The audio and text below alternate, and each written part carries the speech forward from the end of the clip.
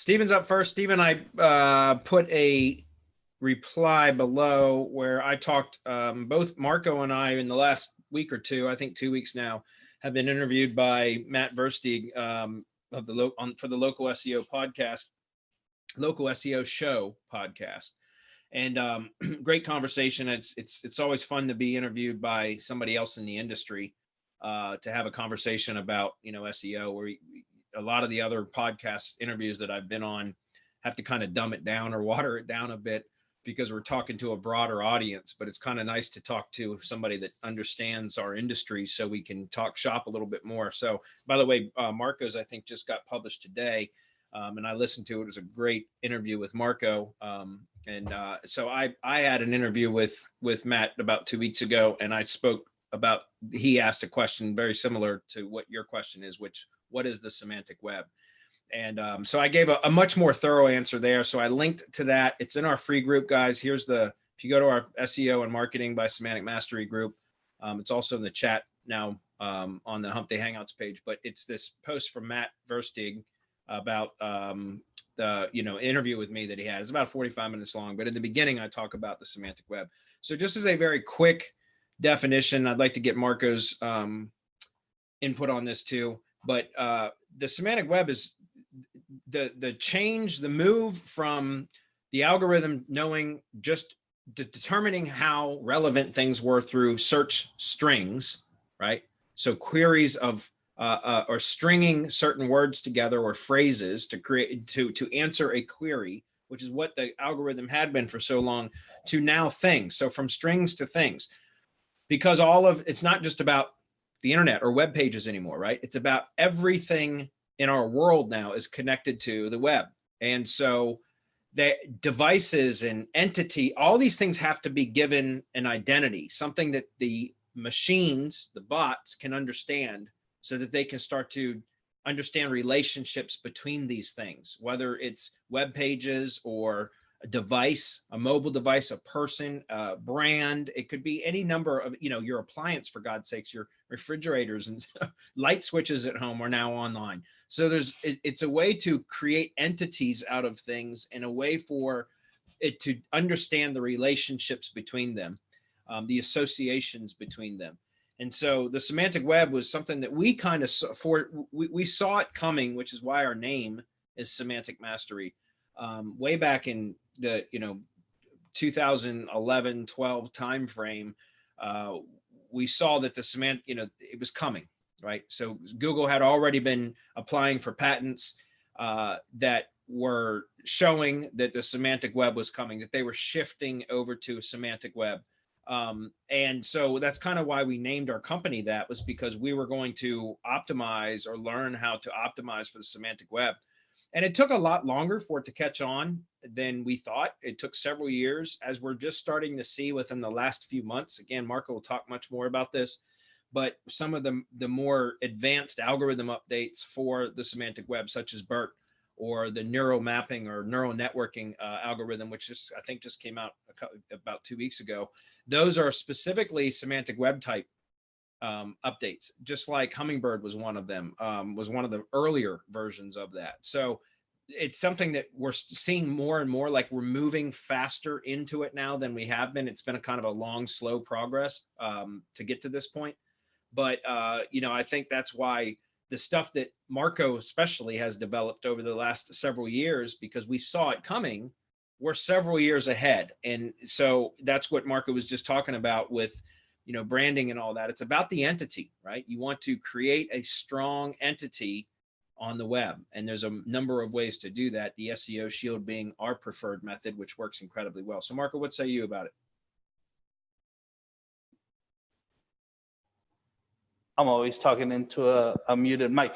Well, the semantic web, just the semantic web, the idea is for web pages to have structured data in them, tagged and constructed in a way that a bot can more easily interact with the page, because the bots were having so much trouble with the unstructured data, meaning these sets of words that the bot had no clue how to interpret. So again, the idea of the semantic web is just simply being able, the people who are either building the website, designing it, coding it, to be able to go in and structure the data for the bot. Yes, it involves entities and it involves a whole bunch of things that I'm speaking on in the charity webinar. If you really want to know what this is about, catch that podcast and catch my charity webinars. That's one. And I think that the question also says, or he's asking about that you mentioned, Bradley, the semantic web algorithm. There is no semantic web algorithm.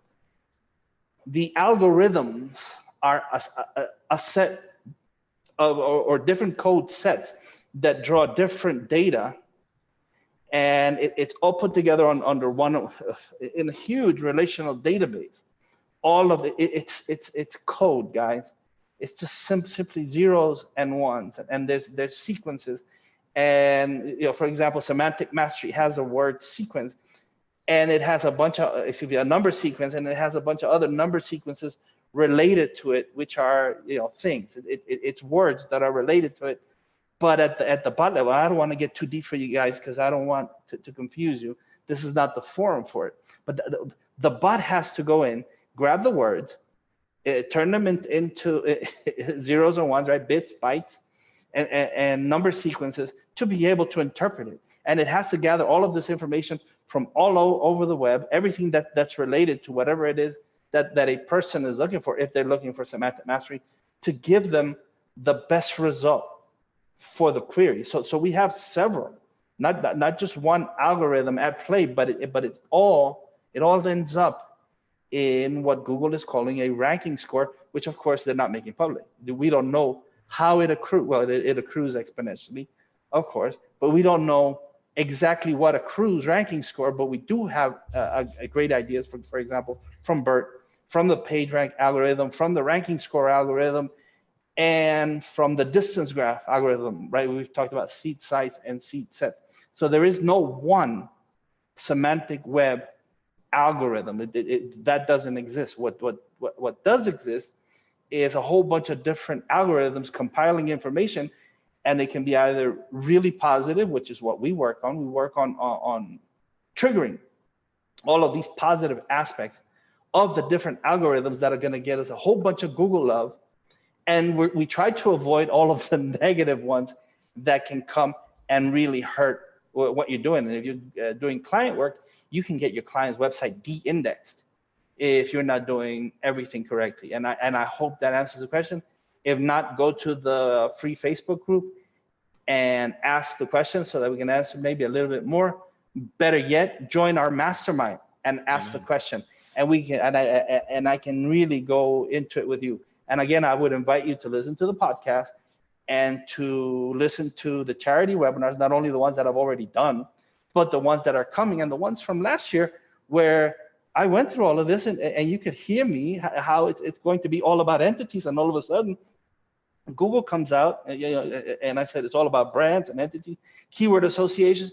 And Google finally comes out and admits just last month that this is what it's all about. Yeah. So yes, as Bradley said, we're way ahead, and I'm already working on next gen, meaning I want to catch Google again in 3 or 4 years. So we're always ahead of the curve. That's why we're semantic mastery, guys. That's why our shit works the way it does. Unmovable for years and years and years and years. That's how we do we do. Thank you for that.